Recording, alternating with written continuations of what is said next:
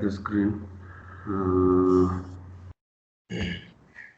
So where we left yesterday, means in the last class save, I explained other aspects or dimensions. We thought that we'll take a look into the portfolio, right? You mentioned that we want to talk about that budgeting, participatory Yeah, budgeting. yeah. Yeah, participatory budgeting. Okay, sure. Yeah. So participatory budgeting and all these things will come only in the portfolio layer. So we will start looking into it now. Now, see, now generally what happens is that now in most of the places we cannot directly take the portfolio recommendations given by SAFE and then map it in our landscape. Because let me tell you the reason. One of the reason is if we really wanted to do as per the SAFE says no, we need to work together with our finance system also. For example, the applications used by the finance guys in terms of the organization level budgeting, they also need to be equipped enough to support dynamic budgeting, right? If not, what will happen? The data flow end to end backend systems may not work. And one more thing is, much of the places we are still using a cost center based approach. We are not using a value stream kind of a model. So SAFE says that you need to fund the value streams, but value streams will be may actually be a good fit if you are developing your product. But for a vendor and a client service model, that these value streams may not work out the exact way SAFE says. But then to get the knowledge point of view, to get the orientation point of view, let us start looking into it. Okay, now can someone tell me what will be the contents of the portfolio of backlog here generally?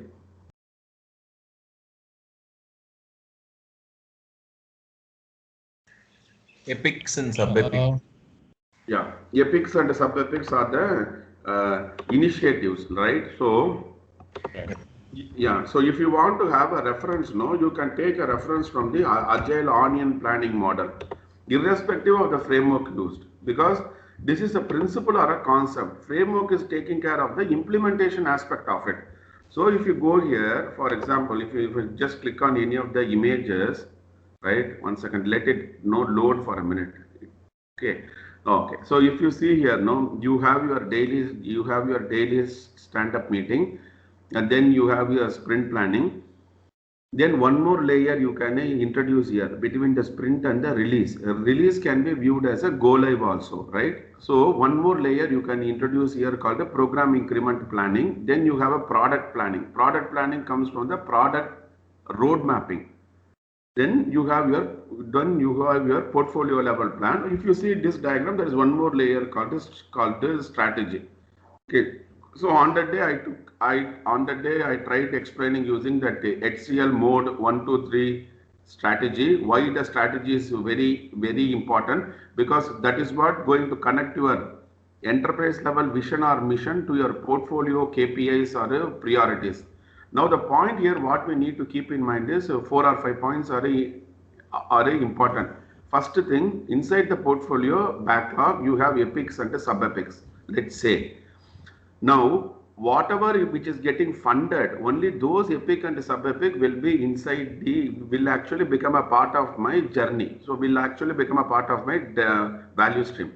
So, my operational value stream is the value stream which is actually used by the client or rather the end user. Whereas my development value stream is a sequence of activities which is going to help to build the operational value stream and support the operational value stream. Now let us take one simple example. For example, let us do like this.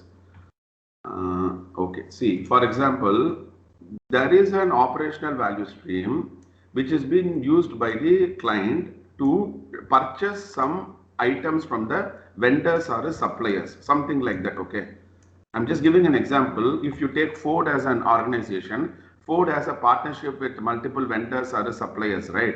Because Ford as an automobile industry, when you are manufacturing a car, it's not that all the parts of the cars are manufactured only by the Ford system.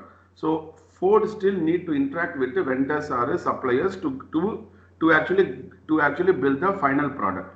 So let us take like this. I'll slightly change it. Now, for example, my team, or you have 3 teams within a program layer. Okay, so the team 1, team 2, team 3, 4, and 5. These guys are building an application. Let's say a particular application. You call it as an IDM, identity management system, or you have access control system, or you have access and management of authorization. So these are all the some of the internal applications of the phone. Now what happens is this, the end user or the person who is going to purchase the car is not going to interact here, right? Because these are all internal systems. This is part of the development value stream, and my team will be here. So what I'm trying to tell is, generally you will not even touch the operational value stream directly in your real-time projects or programs. You will be operating at least 2 levels below the operational value stream. Means you will be building a pipeline or a series of applications which will start giving feeds, to one more application which is used by the suppliers or the vendors of the phone. So whatever I am drawing here, it's one more application which is used by the vendors or suppliers of the phone. The output of this application will be fed to one more application. That application will be hit by the end user or the market. So what I am trying to say is, always you will be at least 2 or 3 levels below the operational value stream. Had you understood a point what I am trying to drive home? You are building an application which is not used by the external market. You are building an application which is an internal application of your company, but it gives some feeds or outputs to the application which is used by the suppliers, because everything needs to be integrated, right? Again, this application will be giving some output to some other application which is being used by the end user or the client. So whenever we are building a project or a product or executing a program or a project, it is imperative to see how many levels we are below the operational value stream, how far we are away from the operational value stream. The more you go closer to the operational value stream, the more you are closer to the business agility. If not, what are we doing? We are building applications which are in-house capabilities of the particular system. So any questions or thoughts here? I will do it. Fine. Okay. So let us take a pause here. Yep. 1 minute. I'll stop the recording anyway before the class ends.